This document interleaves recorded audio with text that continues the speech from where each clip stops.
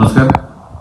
ज्ञानज्योती सावित्रीबाई फुले यांच्या जयंतीनिमित्त नायगाव तालुका खंडाळा येथे अभिवादनाचा कार्यक्रम दिनांक 3 जानेवारी रोजी आयोजित करण्यात आलेला आहे.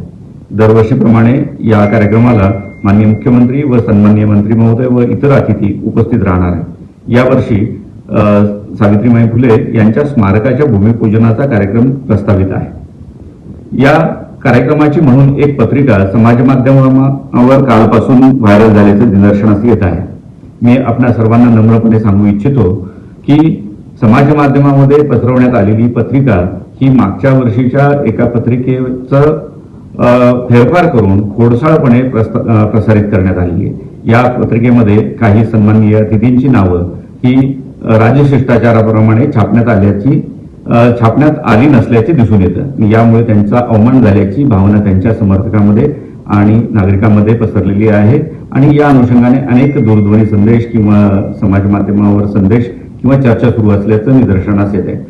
त्यामुळे मी याद्वारे स्पष्ट करू इच्छितो की अद्यापपर्यंत जिल्हा परिषदेने किंवा ग्रामविकास विभागाच्या वतीनं कोणतीही पत्रिका छापण्यात आलेली नाही.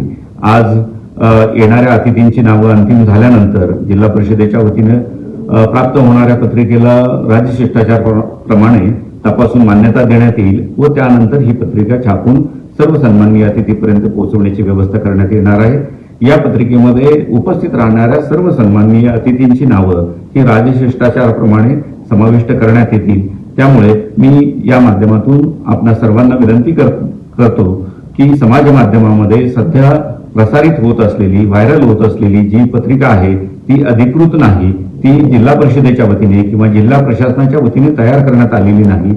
मी जिल्हा परिषदेच्या प्रशासनाला सूचना दिलेली आहे की हा खोडसाळपणा करणाऱ्यांच्या विरुद्ध आपण पोलिसात तक्रार द्यावी, त्याची चौकशी करावी आणि जे संबंधित जबाबदार असतील त्यांच्या विरुद्ध कार्यवाही करावी.